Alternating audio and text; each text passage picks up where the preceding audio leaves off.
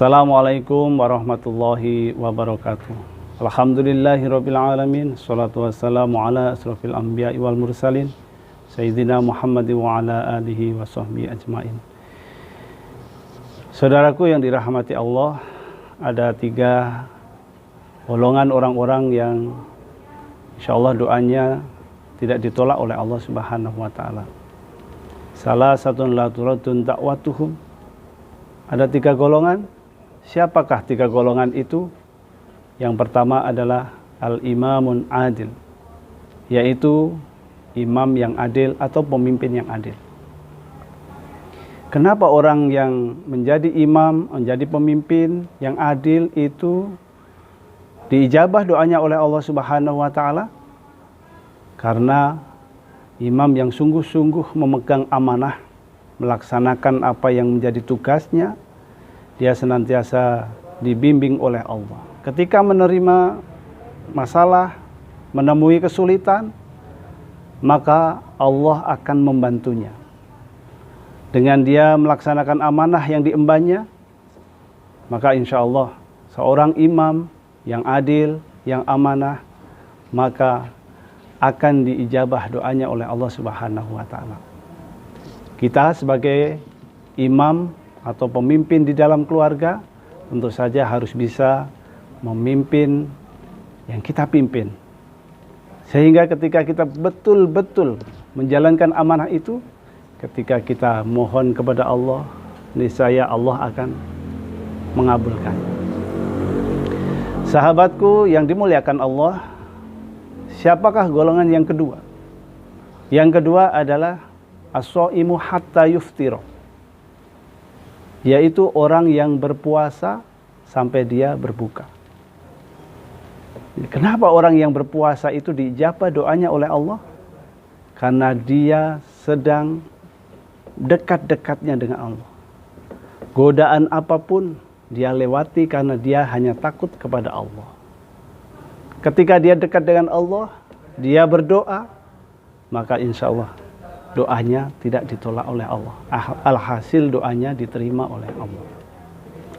Oleh karena itu, ketika kita berpuasa sepanjang pagi, subuh sampai dengan menjelang maghrib, perbanyaklah doa, mohon kepada Allah. Jadi insya Allah, Allah akan mengabulkan doa-doa hamba yang sedang berpuasa sampai dia berbuka. Sahabat yang dimuliakan Allah, yang ketiga, al-mudlim, atau orang yang teraniaya, orang yang terzalimi. Doanya diijabah oleh Allah, tidak ditolak oleh Allah. Kenapa? Ketika dia menerima kesulitan, diuji, dicaci, dimaki, maka dia pasrahkan sepenuhnya kepada Allah. Dekat dengan Allah. Ketika dekat dengan Allah, dia berdoa, maka Allah akan menyayanginya. Allah akan mengabulkan doanya. Tentu saja doa-doa yang baik. Oleh karena itu ketika kita dizolimi atau kita menzolimi orang lain, hati-hati. Jangan sampai kita menzolimi orang lain, orang yang terzolimi itu berdoa, bisa kita yang kena. Ketika kita dizolimi, maka keluarkanlah doa-doa yang baik. Doa-doa yang baik itu ibaratnya kita berkirim surat. Ketika kita sampaikan ke penerima dan alamatnya itu pas, ya, maka akan diterima. Ketika alamatnya tidak pas, tidak ketemu, maka doa atau surat itu akan kembali ke pengirimnya. Ketika kita doa yang baik, insya Allah akan kembali kepada diri kita. Sahabat yang dimuliakan Allah, inilah sedikitnya dari satu hadis. Salah satu la turadun da'watuhum.